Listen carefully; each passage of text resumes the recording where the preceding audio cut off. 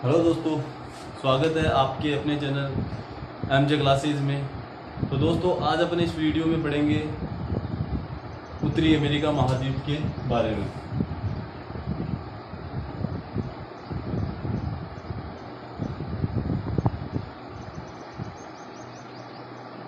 ठीक है फ्रेंड, उत्तरी अमेरिका महाद्वीप के बारे में आज अपन इस वीडियो में चर्चा करेंगे कि भाई कौन कौन से पर्वत है, कौन कौन से पठार है, कौन कौन से मैदान है, उसके बारे में अपन आज इस वीडियो में चर्चा करेंगे।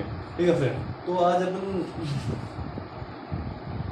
चलो शुरू करते हैं।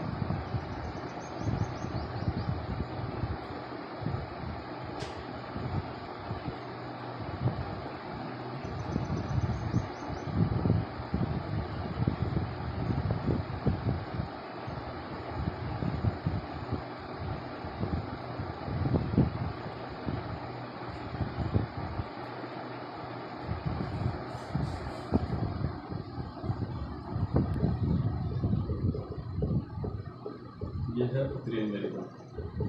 उत्तरी अमेरिका महाद्वीप की अवस्थिति के बारे में अगर अपन बात करें तो उत्तरी अमेरिका महाद्वीप चारों ओर से महासागरों से घिरा है। तो कौन कौन से महासागरों से घिरा है? तो इसके पूर्वी साइड में कौन सा है?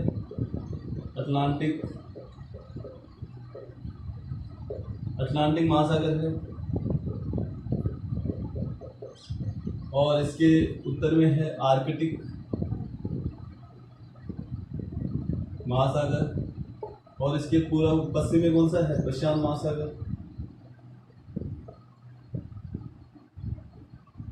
महासागर। और इसके दक्षिण पूर्व में जो कि अंटार्कटिका महाद्वीप का ये जो महासागर है, अटलांटिक महासागर का भाग है, कौन सा है? कैरेबियन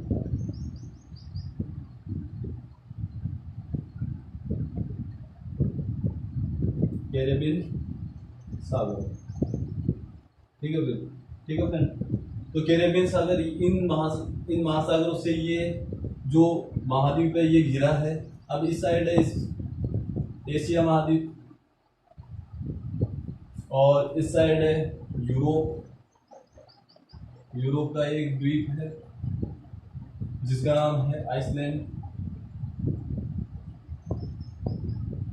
ठीक है फ्रेंड, तो अगर अपन देखें तो ये महाद्वीप एशिया महाद्वीप से बेरिंग जल संधि के द्वारा अलग होता है। बेरिंग जल संधि से ये अलग होता है। किससे? एशिया महाद्वीप से। एशिया महाद्वीप के रूस से अलग होता है यूएसए का अलास्का। ये अलास्का है जो यूएसए का भाग है। ठीक है फ्रेंड, यूएसए का भाग है, तो यूएसए और रूस को अलग करती है बेरिंग जल संधि। ठीक है फ्रेंड, इसके बाद अगर अपन बात करें तो यूरोप महाद्वीप से डेनमार्क जल संधि से अलग होता है। ठीक है, डेनमार्क जल संधि किस को अलग करती है? आइसलैंड को अलग करती है ग्रीनलैंड से। ये ग्रीनलैंड है, तो आइसलैंड को अलग करती है ग्रीनलैंड से, और यूरोप को अलग करती है उत्तरी अमेरिका महाद्वीप से। और दक्षिणी अमेरिका महाद्वीप से पनामा नहर अलग करती है। पनामा नहर। तो अगर फ्रेंड आपको पनामा नहर के बारे में अगर जानकारी नहीं है तो मैंने डिस्क्रिप्शन में लिंक दे दिया है पनामा नहर के बारे में विस्तार से, उसमें जानकारी है, तो आप एक बार उसको ज़रूर देखें। आपको पूरी जानकारी मिलेगी पनामा नहर के बारे में, इसका निर्माण कब हुआ था, और इसके बारे में जो भी इम्पोर्टेंट फैक्ट्स है जो पनामा नहर के बारे में, वो आपको उसमें मिलेंगे। फ्रेंड, इसके बाद अगर अपन बात करें तो ये तो हुई इसकी अवस्थिति, भाई कौन कौन से महासागर है इसके चारों साइड, और कौन कौन से जल संधियों के द्वारा कौन कौन से महाद्वीपों से ये अलग होता है। इसके बाद अगर अपन बात करें तो यहाँ पर पर्वत, कौन कौन से पर्वत है, कौन कौन से पठार है, इनके बारे में अगर अपन यहाँ पर बात करें तो यहाँ पर इसके पश्चिमी साइड में एक पर्वतमाला है जिसका नाम है रॉकी पर्वतमाला। ठीक है, रॉकी पर्वतमाला जिसे कार्डिलेरा भी कहा जाता है। कार्डिलेरा का मतलब क्या होता है फ्रेंड? कार्डिलेरा का मतलब होता है कि जिसका निर्माण किसी एक काल में नहीं हुआ, अलग अलग कालों में हुआ, जिसे कार्डिलेरा कहा जाता है। और कार्डिलेरा का मतलब होता है पर्वत तंत्र। पर्वत तंत्र है ये जो रॉकीज पर्वतमाला है, ये पर्वत तंत्र है, मतलब एक पर्वत नहीं है, इसमें किस अलग अलग काल क्रम में अलग अलग पर्वतों का उत्थान हुआ है, इसलिए इसे कार्डिलेरा कहा जाता है, पर्वत तंत्र कहा जाता है। इसमें अलग काफी सारे पर्वत है, पठार है, ये पठारों का पर्वतों का समूह है, ठीक है। इसके बाद अगर अपन बात करें तो एक तो रॉकीज पर्वतमाला हो गई इसमें। तो रॉकीज पर्वतमाला की सबसे ऊंची चोटी कौन सी है? अगर एग्जाम में आप लोगों को पूछा जाए कि रॉकीज पर्वतमाला की सबसे ऊंची चोटी कौन सी है, तो अलास्का में यहाँ पर रॉकी पर्वतमाला की सबसे ऊंची चोटी है, जिसे कहा जाता है माउंट मैकिनले। इसका प्राचीन नाम है माउंट मैकिनले, प्रेजेंट टाइम में इसका नाम है माउंट डेनाली, ठीक है फ्रेंड। इसे प्रेजेंट टाइम में क्या कहा जाता है? माउंट डेनाली, जो यहाँ की इस महाद्वीप की सबसे ऊंची चोटी है। इसके अलावा अगर अपन बात करें तो इसके पूर्वी साइड में एक पर्वतमाला है, जिसे क्या कहा जाता है? जिसका नाम है अपलेशियन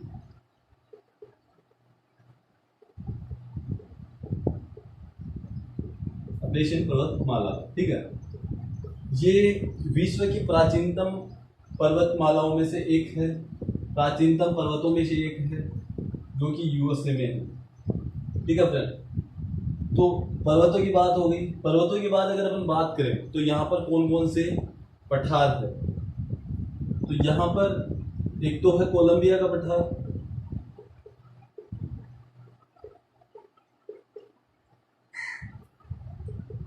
कोलंबिया पठार।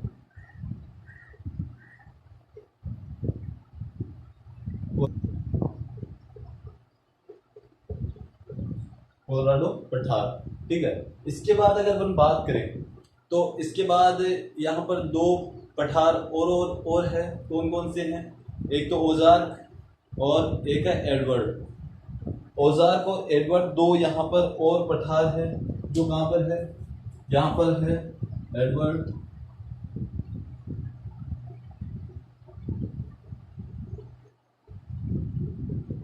यहाँ पर है ओजार्क। ये दोनों भी यूएसए में है, ठीक है, और ये दोनों भी यूएसए में है, ठीक है फ्रेंड। तो कोलंबिया का नाम आते ही तो दिमाग में वैसे आता है कोलंबिया विश्वविद्यालय कहाँ पर है? अमेरिका में है। कोलंबिया नाम आते ही आपको अमेरिका या यूएसए या उत्तरी अमेरिका महाद्वीप के बारे में दिमाग में आना चाहिए, ठीक है फ्रेंड। अब इसके बाद इसके अलावा अगर अपन बात करें, पर्वत हो गए, पठार हो गए। अब इसके बाद अगर अपन बात करें तो यहाँ पर कौन कौन से नदियां हैं, उनकी अगर चर्चा करें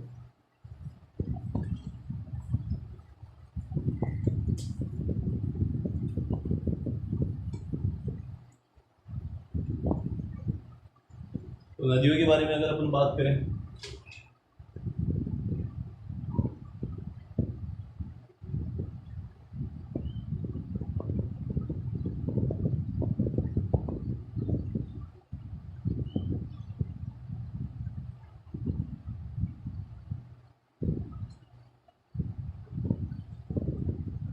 ठीक है, तो एक यहाँ पर है कुछ भूमि कनाडा में, जिसे क्या कहा जाता है? कैनेडियन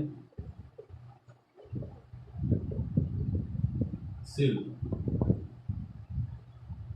ठीक है फ्रेंड। कैनेडियन शील्ड है यहाँ पर,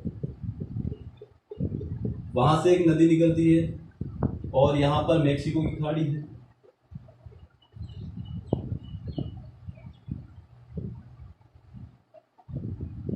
मेक्सिको खाड़ी में गिरती है। और इस साइड है रॉकीज पर्वतमाला। रॉकीज पर्वतमाला से एक और नदी निकलती है जिसका नाम है मिसोरी,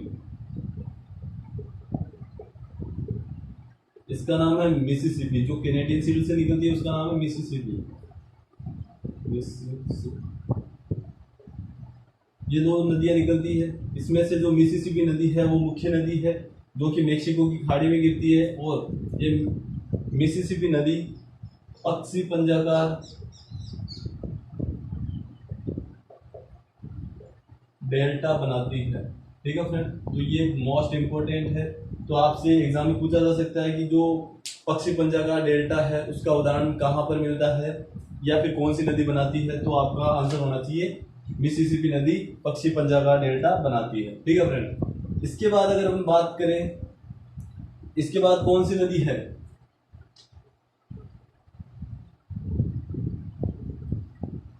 सस्केचुआन नदी। ठीक है फ्रेंड, जो रॉकीज पर्वतमाला से निकलती है।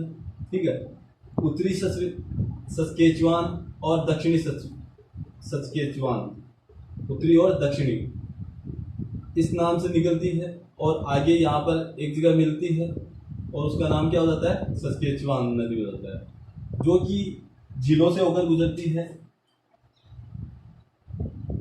विनिपेग, ये नदी निकलती है विनिपेग में जाती है, विनिपेग से फिर उसके बाद मैनिटोबा, मैनिटोबा, इसके बाद महान झीलों में कौन कौन सी है, ये 2-4 जिले हैं जो उत्तरी अमेरिका महाद्वीप में कनाडा और यूएसए की बॉर्डर पर है। तो महान झीलों से होती हुई यहाँ पर लॉरेंसिया की खाड़ी है, तो यहाँ पर लॉरेंसिया की खाड़ी में गिर जाती है, इस साइड में जाती है और लॉरेंसिया की खाड़ी में गिर जाती है, लॉरेंसिया नदी के नाम से।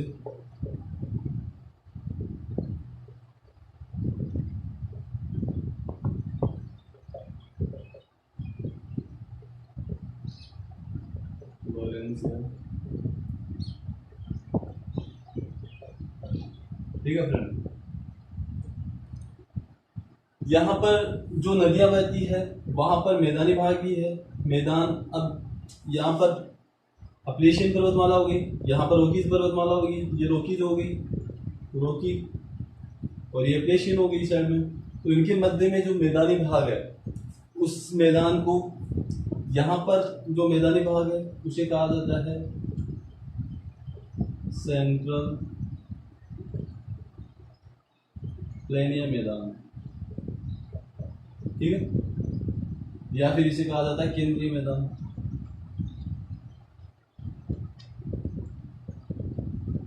ठीक है, और यहाँ पर जो मैदान है उसे कहा जाता है महान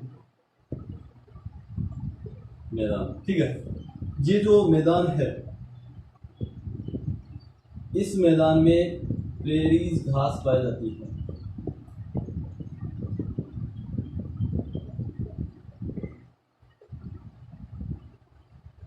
ठीक है, पेरिस घास के मैदान पाए जाते हैं जो कि शीतोष्ण कटिबंधीय घास है। कौन सी है, शीतोष्ण घास है भाई, ये याद रखना, एग्जाम में काफी बार पूछा गया है।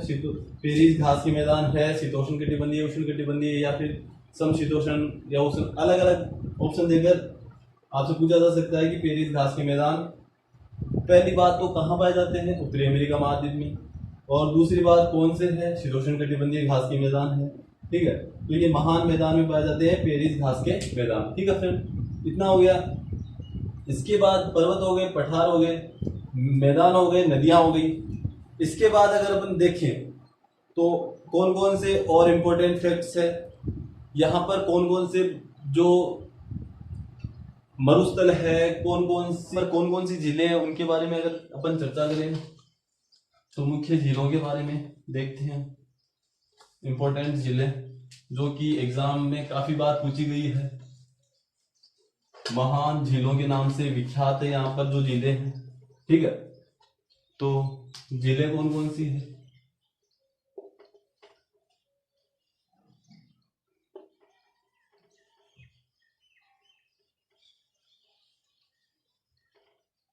ठीक है, ये हो गया उत्तरी अमेरिका महाद्वीप और ये हो गया कौन सा, दिल्ली।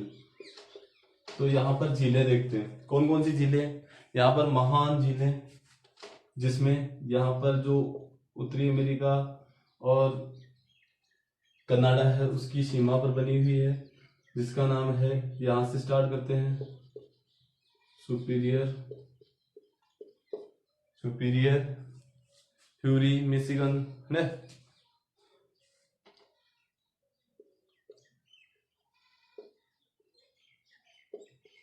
यूरी, इसके बाद मिशिगन, इसके बाद ईरी, इसके बाद ओंटारियो।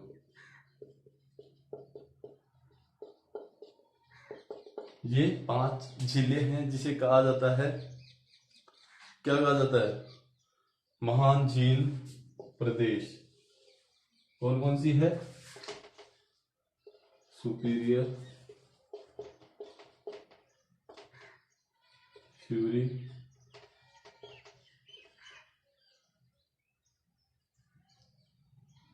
और इसके बाद ईरी, ओंटारियो और मिशिगन। ये 5 जिले मिलकर महान झीलों का निर्माण करती है, महान झील प्रदेश। इसके बाद अगर अपन यहाँ पर मरुस्थलों की बात करें तो सोरेन व मोज़ेक, यहाँ पर 2 मरुस्थल पाए जाते हैं। यहाँ पर सोरेन और मोनजेन, ये 2 मरुस्थल यहाँ पर पाए जाते हैं। ठीक है फ्रेंड, मुख्यतः ये मरुस्थल है। ये कौन से मरुस्थल है? उष्णकटिबंधीय मरुस्थल है, उष्णकटिबंधीय मरुस्थल, उष्णकटिबंधीय मरुस्थल है। ठीक है फ्रेंड, इसके अलावा अगर अपन बात करें तो यहाँ पर और इंपॉर्टेंट फैक्ट्स क्या है? ये जो ग्रीनलैंड देख रहे हो आप, ग्रीनलैंड विश्व का सबसे बड़ा द्वीप है। ग्रीनलैंड विश्व का सबसे बड़ा द्वीप है और ये भौगोलिक दृष्टि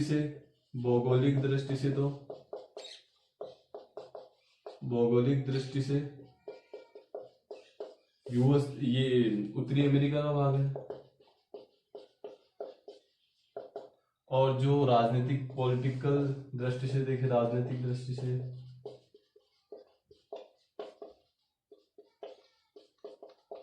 दृष्टि से ये किसका भाग है?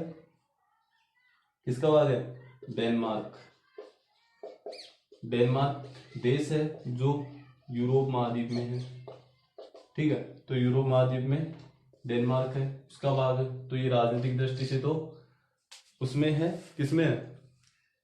राजनीतिक दृष्टि से यूरोप का भाग है, और जो भौगोलिक दृष्टि से है ये उत्तरी अमेरिका भाग है। तो फ्रेंड, कैसा लगा वीडियो? अगर कुछ समझ में नहीं आया तो कमेंट करें। अगर वीडियो अच्छा लगा तो लाइक करें, शेयर करें और सब्सक्राइब करना ना भूलें। ऐसे ही इंटरेस्टिंग वीडियो आगे आएंगे। वीडियो अच्छा लगा तो लाइक करें। Thank you. आज के लिए बस इतना ही।